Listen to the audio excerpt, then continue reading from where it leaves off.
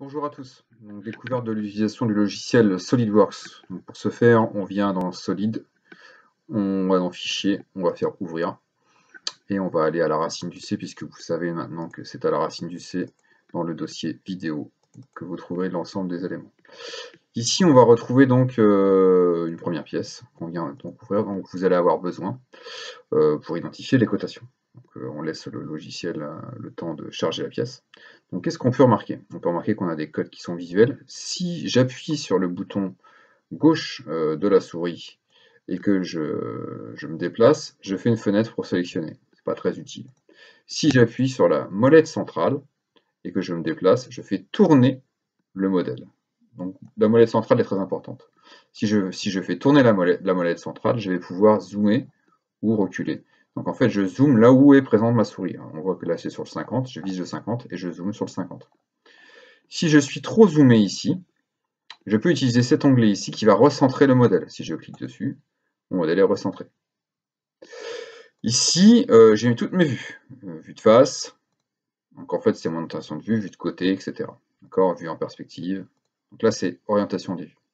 Ici, j'ai, on va dire, l'aspect du modèle. Donc, juste les arêtes, ou alors avec les arêtes cachées, ou alors le modèle en couleur avec les arêtes. Ici, je peux modifier la couleur de la pièce. Bon, c'est pas forcément utile aujourd'hui, mais en tout cas, voici ce qu'on a. Ça, c'est une chose. Maintenant, si on regarde un petit peu plus, nous, ce qui nous est très utile pour l'activité, là, c'est surtout d'identifier les codes. Voilà, une fois que vous savez faire tourner le modèle, pas de problème, vous savez identifier les codes. Si on va ici à ce niveau-là, dans l'arbre de création, qu'est-ce qu'on voit? On voit qu'on va avoir différentes fonctions, en fait, et chaque fonction correspond à un volume. La première fonction, c'est la création de la matière. Et ensuite, on a une fonction perçage, une autre fonction perçage, une fonction répétition, une fonction arrondie, etc., etc. En fait, on a différentes fonctions ensuite qui correspondent à des volumes de la pièce. Voilà, en gros.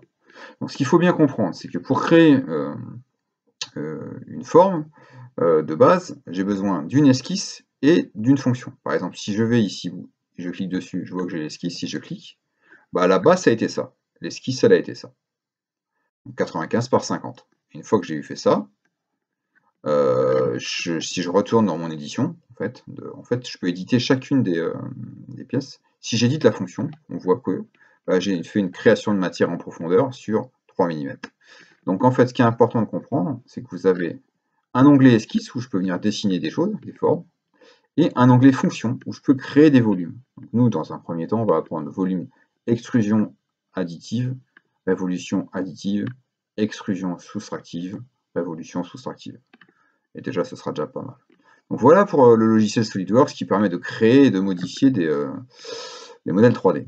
Maintenant, si vous travaillez à distance, et je sais que le QCM est fait pour que vous puissiez travailler à distance, vous ne pourrez pas avoir SolidWorks chez vous. Donc il y a un lien pour télécharger un logiciel qui s'appelle eDrawing.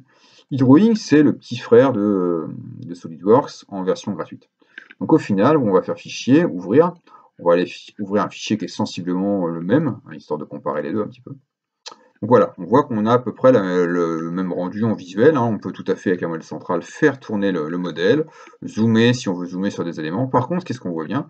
On n'a plus trop d'accès. Il n'y a pas d'arbre de création, on ne peut pas aller dans les fonctions, on ne peut pas faire de la modif, on ne peut pas éditer les codes, on ne peut pas faire grand-chose. Il y a un aspect visuel, on peut modifier le visuel comme ça, on peut faire un play pour voir un petit peu ce qui se passe, vue de côté, vue de face, mais bon, c'est un logiciel très léger, c'est plus pour faire de la visualisation. Et c'est justement ce dont vous avez besoin pour l'exercice qui correspond au niveau de votre QCM. Donc voilà.